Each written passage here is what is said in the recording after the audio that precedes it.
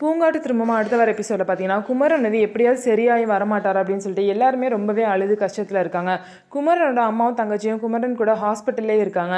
இன்னொரு சைடு ஆனந்தி குமரனுக்கு சரியாகணும் அப்படின்னு சொல்லிட்டு ரொம்பவே தீவிரமான பரிகாரத்தெல்லாம் கோவிலில் போய் பண்ணுறாங்க.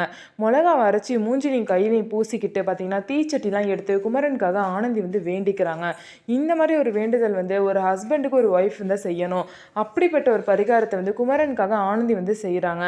இதுக்கப்புறம் பார்த்திங்க அப்படின்னா ஹாஸ்பிட்டலில் வந்து குமரன் வந்து கொஞ்சம் நினைவு வந்து ஏதோ பேச ஆரம்பிக்கிறாரு. உடனே இந்த விஷயத்தை நர்ஸ் வந்து டாக்டர் கிட்ட சொல்கிறாங்க. டாக்டர் குமரனை வந்து செக் பண்ணிவிட்டு குமரன் கிட்ட அவங்க பேரை சொல்லுங்கன்னு சொல்லவும் குமரன் வந்து அவரோட பேர் எல்லாத்தையுமே நல்லபடியாக சொல்கிறாரு. இதனால் குமரன் பார்த்திங்க அப்படின்னா கொஞ்சம் நல்லா சரியாகி வராரு. இந்த விஷயத்த குமரனோட அம்மா கிட்டையும் தங்கச்சிக்கிட்டையும் டாக்டர் வந்து சொல்கிறாங்க. அவங்க ரெண்டு பேருமே ரொம்ப சந்தோஷமாகறாங்க. குமரனோட தங்கச்சி கால் பண்ணி ஆனந்திக்கு இந்த விஷயத்த சொல்கிறாங்க.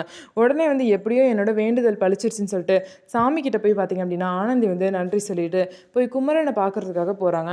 டாக்டரும் பார்த்திங்க அப்படின்னா குமரனை வந்து ஒரு 1/2 hour கழிச்சு நீங்கள் போய் பார்த்துக்கலான்னு சொல்கிறாங்க. எப்படியோ ஆனந்தி வேணுன மாதிரி குமரன் வந்து நல்ல நிலைமைக்கு வந்துட்டாங்க. ஸோ நம்ம வீடியோ உங்களுக்கு பிடிச்சிருந்தா நம்ம வீடியோவை லைக் பண்ணிக்கோங்க. மறக்காமல் நம்மளோட சேனலை சப்ஸ்கிரைப் பண்ணிவிட்டு பாருங்கள்.